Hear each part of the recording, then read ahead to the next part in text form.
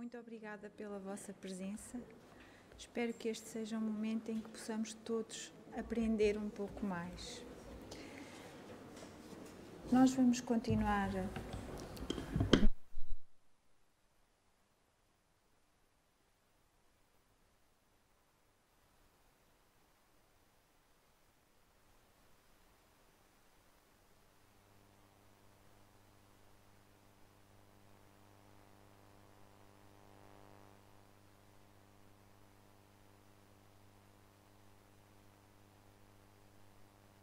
Peço desculpa.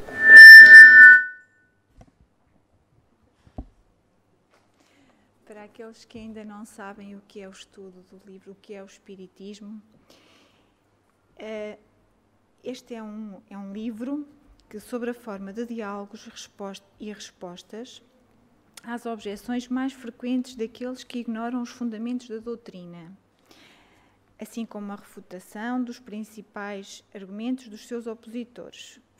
Foi a maneira de que pareceu Allan Kardec mais conveniente, porque não possui aridez de uma forma dogmática.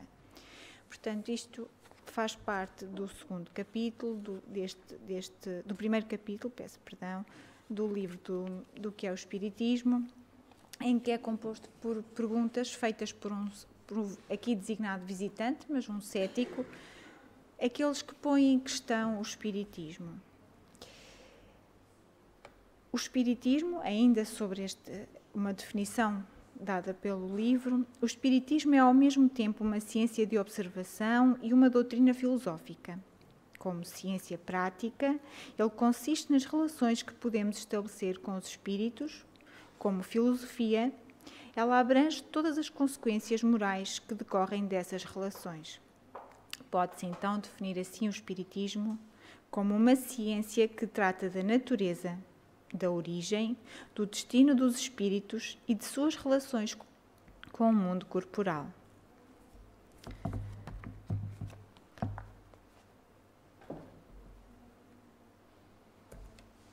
A pergunta feita pelo cético, aqui designado visitante, é a seguinte: certas pessoas consideram as ideias espíritas como capazes de perturbar as faculdades mentais, pelo que acham prudente impedir o seu avanço. Esta pergunta achava que as ideias espíritas perturbam as pessoas. Como nós vamos poder ver, e como já sabemos,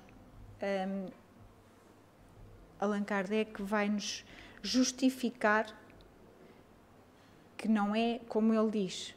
Porquê que não é como diz? Porquê que as ideias espíritas não nos perturbam? Pelo contrário, ajudam-nos e muito.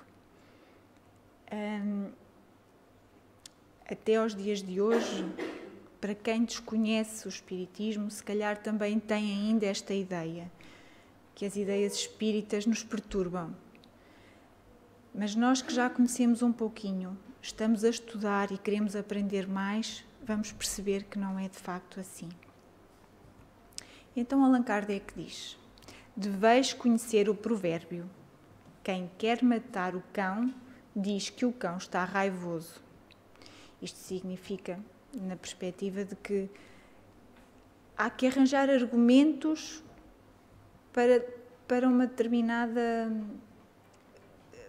determinada justificação. E este provérbio, nós percebemos, vamos arranjar aqui um argumento qualquer que justifique a nossa ideia. E a ideia do cético era que as ideias espíritas perturbam as pessoas. Allan Kardec continua: não é, portanto, de estranhar que os inimigos do Espiritismo procurem agarrar-se a todos os pretextos, como este lhes pareceu próprio, para despertar temores e suscetibilidades. Empregam-no logo, conquanto não resista ao mais ligeiro exame. Portanto, sem estudar, sem perceber, que é isso que ainda hoje nós fazemos, sem avaliar, nós julgamos logo e agarramos aos pretextos para justificar uma ideia que nós nem conhecemos, mas achamos que é aquela. Ouvi, pois, a respeito dessa loucura, o raciocínio de um louco. Todas as grandes preocupações do espírito podem ocasionar a loucura. As ciências, as artes, a religião, mesmo, fornecem ao seu contingente. A loucura provém de um certo estado patológico do cérebro, instrumento do pensamento. Estando o instrumento desorganizado, o pensamento fica alterado. Há aqui duas coisas importantes a perceber que Allan Kardec nos transmite. Por um lado, temos uma loucura patológica, em que a ciência médica nos dá uma causa física para que haja uma loucura, ou então um instrumento do pensamento. Quando o nosso pensamento está desorganizado, não é necessariamente uma doença, é um momentâneo. A loucura é, pois, um efeito consecutivo, cuja causa primária é uma predisposição orgânica, que torna o cérebro mais ou menos acessível a certas impressões. E isto é tão real que encontrareis pessoas que pensam excessivamente e não ficam loucas, ao passo que outras enlouquecem sobre o influxo da menor excitação. Quer ele dizer que a loucura pode ter uma predisposição orgânica. E aí está nos nossos genes, vem no nosso corpo físico.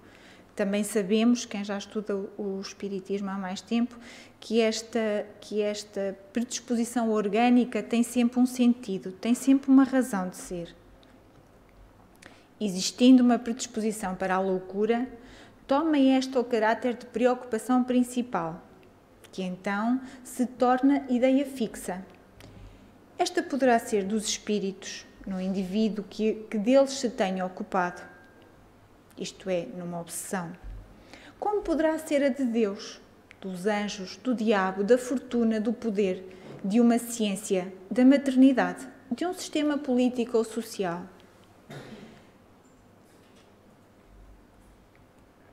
É provável que o louco religioso se tivesse tornado um louco espírita, se o espiritismo fosse a sua preocupação dominante. É certo que um jornal disse que se contavam, só em uma localidade da América, de cujo nome não me recordo, 4.000 casos de loucura espírita. Mas é também sabido que os nossos adversários têm a ideia fixa de se crerem os únicos dotados de razão. E aqui os nossos adversários portanto, as pessoas, o cético, aqueles que não acreditam no espiritismo. É uma esquisitice como outra qualquer. Para eles, nós somos todos dignos de um hospital de doidos. E, por consequência, os 4.000 espíritas da localidade em questão eram considerados como loucos. Meus irmãos, isto ainda hoje acontece, nos dias de hoje. Se calhar, as pessoas que estudam e conhecem a doutrina, aos olhos daqueles que a desconhecem, somos considerados como loucos. Dessa espécie, os Estados Unidos contam centenas de milhares e todos os países do mundo, um número ainda muito maior. Esse gracejo de mau gosto começa a não ter valor, desde que tal moléstia vai invadindo as classes mais elevadas da sociedade. Falam muito do caso de Victor Hennequin, mas se esquecem que, antes de se ocupar com os espíritos, ele já havia dado provas de excentricidade nas suas ideias.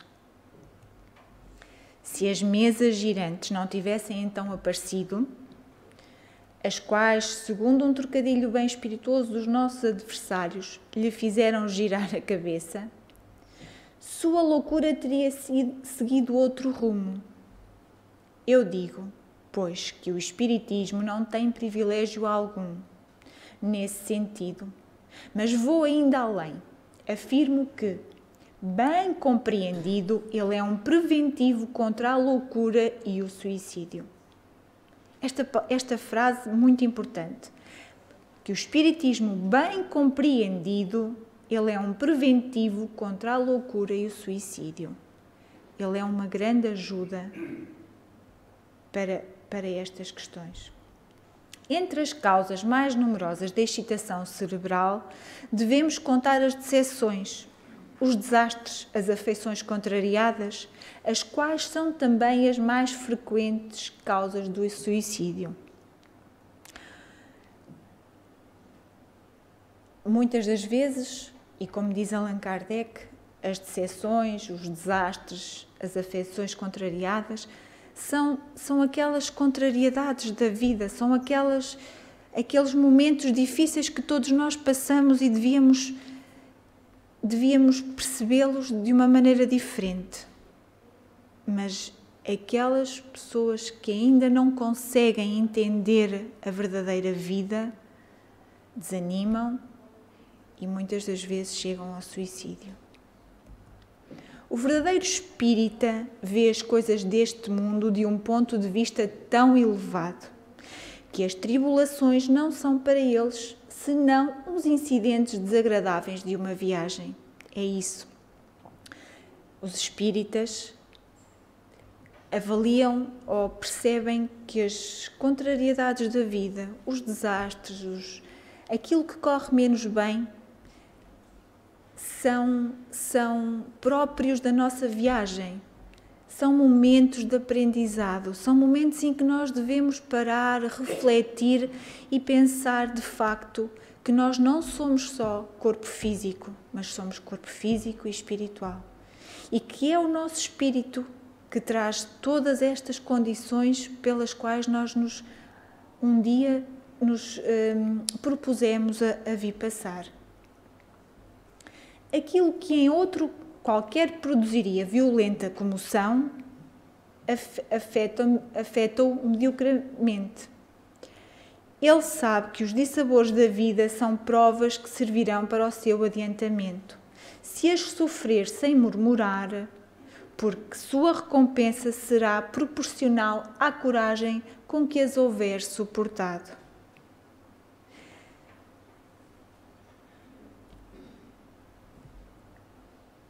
De facto, a nossa maior recompensa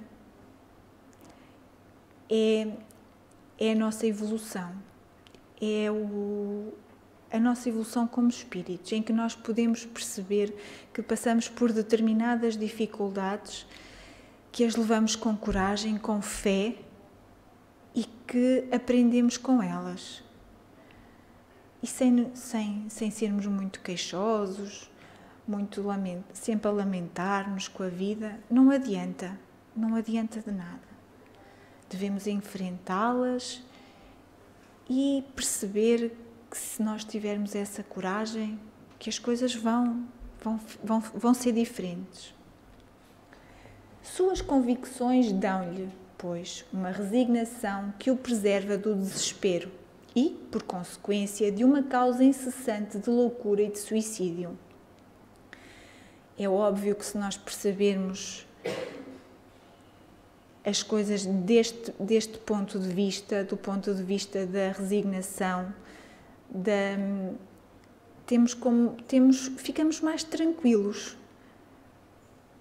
ficamos mais calmos, aceitamos melhor tudo isso. Portanto, o Espiritismo ajuda-nos a que a gente não fique loucos, a que não haja suicídio. Ele sabe, além disso, pelo espetáculo que lhe dão as comunicações com os espíritos, a sorte deplorável dos que abreviam voluntariamente os seus dias. E este quadro é bem de molde a fazê-lo refletir. Também é considerável o número dos que por esse meio têm sido detidos neste funesto declive. É um dos grandes resultados do Espiritismo. Em o número das causas de loucura, devemos também colocar o medo, principalmente do diabo, que já tem desarranjado mais de um cérebro. Os medos que nos incutiam, que de facto nos leva à loucura, às ansiedades, o desconhecimento. Sabe-se o número de vítimas que se tem feito, ferindo as imaginações fracas com esse painel que, por detalhes horrorosos, capricham em tornar mais assustador. O diabo, dizem, só causa medo às crianças. É um freio para corrigi-las. Sim, como o papão e o lobisomem, que as contém por algum tempo, tornando-se elas piores do que antes, quando lhes perdem o medo. Mas em troca desse pequeno resultado não contam as epilepsias que têm sua origem nesse abalo de cérebros tão delicados. Allan Kardec explica-nos que os medos que nós incutimos às crianças, que elas sendo fracas ou sendo ainda muito jovens, podem até causar-lhes danos no cérebro. Portanto, refere mesmo que epilepsias podem ter origem nesses medos que foram incutidos, nestes pensamentos negativos, digamos assim. Não confundamos a loucura patológica com a obsessão. A loucura patológica é um estado físico, em que há uma causa física. A obsessão é meramente espiritual, em que fala-se que muitos dos nossos hospitais psiquiátricos estão cheios não de doentes com patologias psiquiátricas, mas sim com obsessões, porque não conhecem. Mas, contudo, elas existem, as doenças e a obsessão. Esta não provém de lesão alguma cerebral, mas da subjugação que espíritos malévolos exercem sobre certos indivíduos e que, muitas vezes, têm as aparências da loucura propriamente dita. Exatamente o que eu já referi. Allan Kardec fala que a obsessão são espíritos encarnados que estão subjugados a outros espíritos de índole inferior, espíritos que se comprazem no mal, espíritos que andam entre nós, mas que têm dívidas para connosco, ou porque não estão bem, não conseguiram ainda libertar-se dos seus medos, das suas raivas, dos seus ódios, de pensamentos e de estados muito, muito baixos. E então exercem sobre aquelas pessoas a obsessão, e daí poder ser confundida com a loucura. Esta afecção, muito frequente, é independente de qualquer crença no espiritismo e existiu em todos os tempos. Não são só as pessoas que creem no espiritismo que estão obsidiadas ou que têm um espírito obsessor. Como eu já referi, há muitas pessoas internadas em hospitais psiquiátricos que não conhecem de todo o espiritismo e a sua doença não é mais nem menos que uma obsessão, uma influência de espíritos malévolos. Neste caso, a medicação comum é importante e mesmo prejudicial. Exatamente. Neste caso, a medicação comum é impotente e mesmo prejudicial. Peço desculpa que eu enganei-me a ler. Porquê? Porque a causa não está num problema físico, está num problema espiritual. Daí, a medicação não vai fazer nada, pelo contrário, poderá ser até prejudicial ao organismo, porque não é adequada àquilo que a pessoa necessita em termos físicos. Fazendo conhecer esta nova causa de perturbação orgânica, o Espiritismo nos oferece, ao mesmo tempo, o único meio de vencê-la, agindo não sobre o enfermo, mas sobre o espírito obsessor. O medicamento melhor para esta perturbação é de facto o amor, a caridade,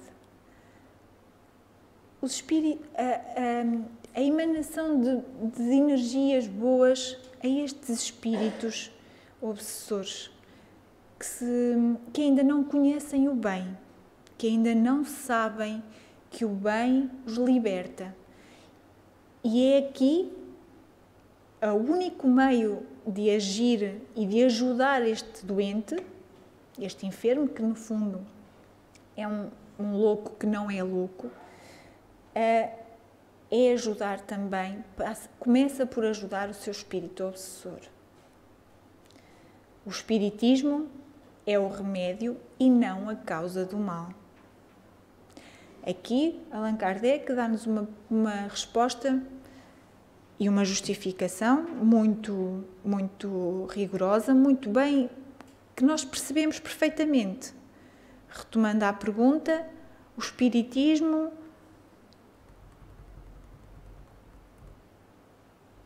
as ideias espíritas são capazes de perturbar as faculdades mentais?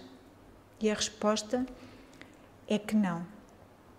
É que o espiritismo é a cura para muitos dos problemas de loucura e de obsessão.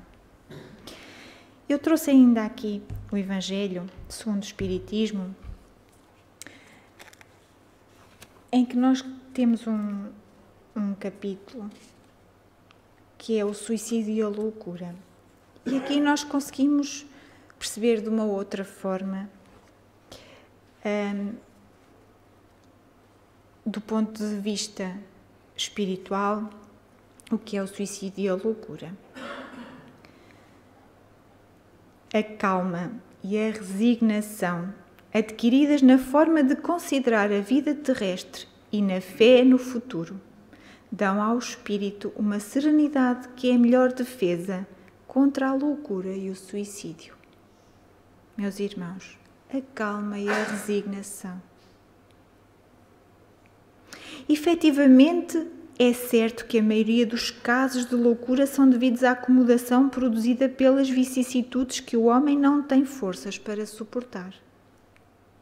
Portanto, se ele, pela maneira com que o Espiritismo o faz encarar as coisas deste mundo, recebe com indiferença, até mesmo com alegria, os reveses e as decepções que o deixariam desesperado em outras circunstâncias, é evidente que essa força, obtida pela compreensão que o Espiritismo lhe dá e que o coloca acima desses acontecimentos, preserva a sua razão dos abalos que poderiam perturbá-la.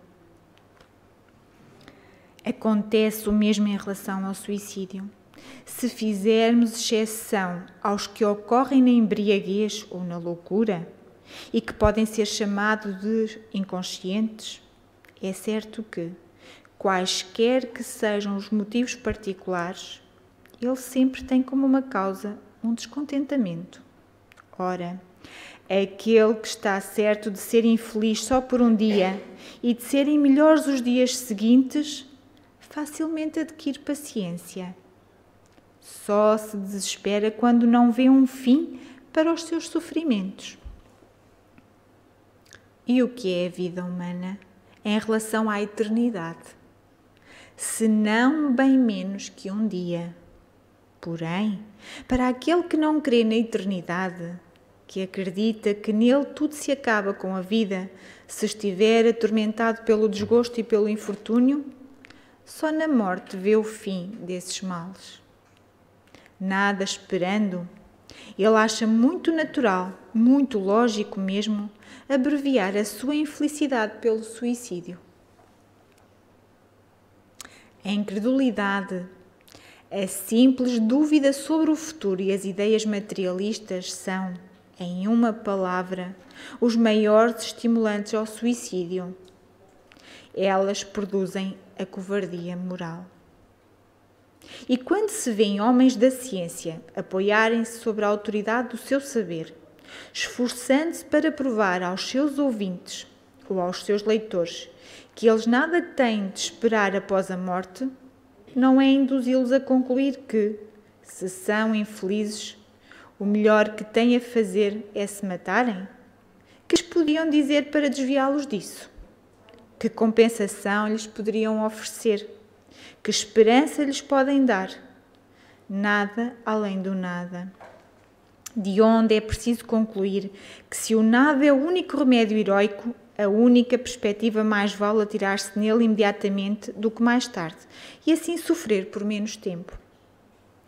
A propagação das ideias materialistas é, por conseguinte, o veneno que inocula, em um grande número de pessoas, a ideia de suicídio, e aqueles que dele se fazem apóstolos assumem uma terrível responsabilidade. Com o Espiritismo, a visão da vida se transforma. Que frase bonita! Com o Espiritismo, a visão da vida se transforma, pois a dúvida não é mais permitida. O crente sabe que a vida se prolonga indefinidamente além do túmulo, mas em outras condições. Daí a paciência e a resignação, que afastam muito naturalmente a ideia do suicídio. Daí, em uma palavra, a coragem moral. Isto era um tema que nós tínhamos muita informação para estudar, mas esta é uma leitura deste livro e daqui eu espero que tenha sido clara para vocês, explícita, que tenha conseguido transmitir aquilo que Allan Kardec nos transmitiu a nós e que com estes pequenos textos que nós possamos de facto também ver a vida de outra maneira e perceber muito bem o que é o Espiritismo.